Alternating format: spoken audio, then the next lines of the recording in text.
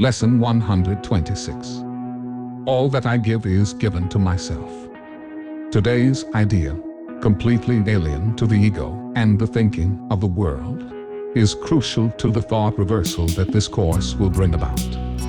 If you believe this statement, there would be no problem in complete forgiveness, certainty of goal, and sure direction. You would understand the means by which salvation comes to you, and would not hesitate to use it now. Let us consider what you do believe, in place of this idea.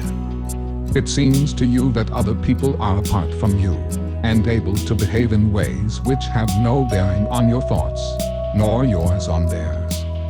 Therefore, your attitudes have no effect on them, and their appeals for help are not in any way related to your own.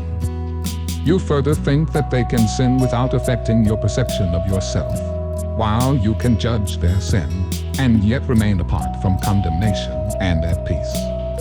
When you forgive a sin, there is no gain to you directly. You give charity to one unworthy, merely to point out that you are better, on a higher plane than he whom you forgive. He has not earned your charitable tolerance, which you bestow on one unworthy of the gift, because his sins have lowered him beneath a true equality with you. He has no claim on your forgiveness. It holds out a gift to him but hardly to yourself.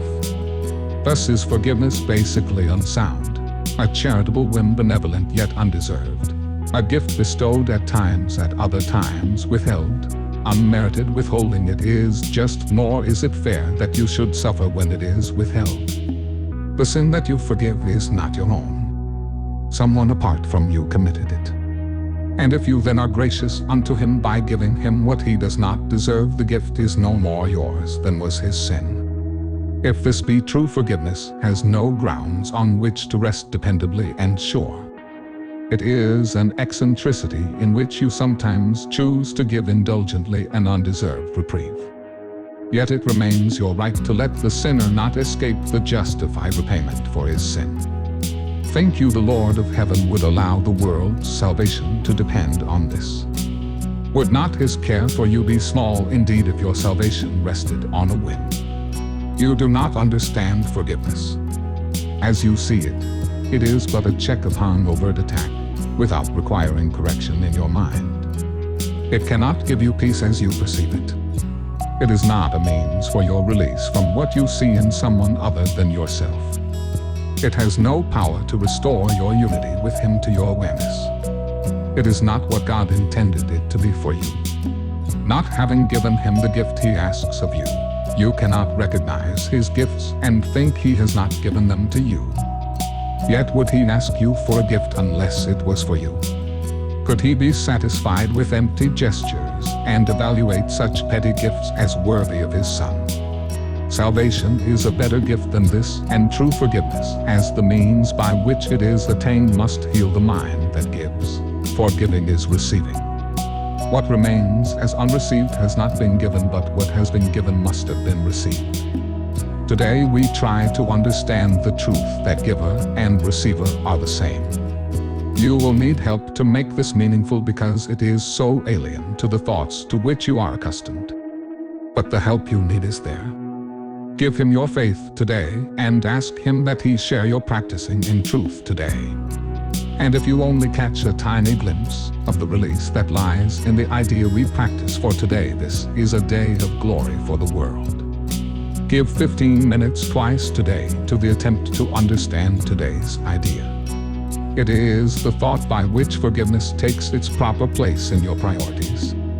It is the thought that will release your mind from every bar to what forgiveness means and let you realize its worth to you.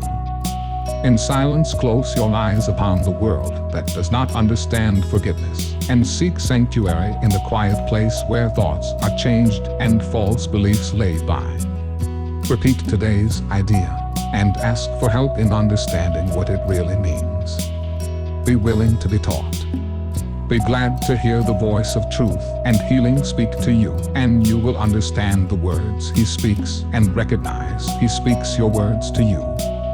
As often as you can remind yourself you have a goal today, a name which makes this day of special value to yourself and all your brothers. Do not let your mind forget this goal for long, but tell yourself, all that I give is given to myself.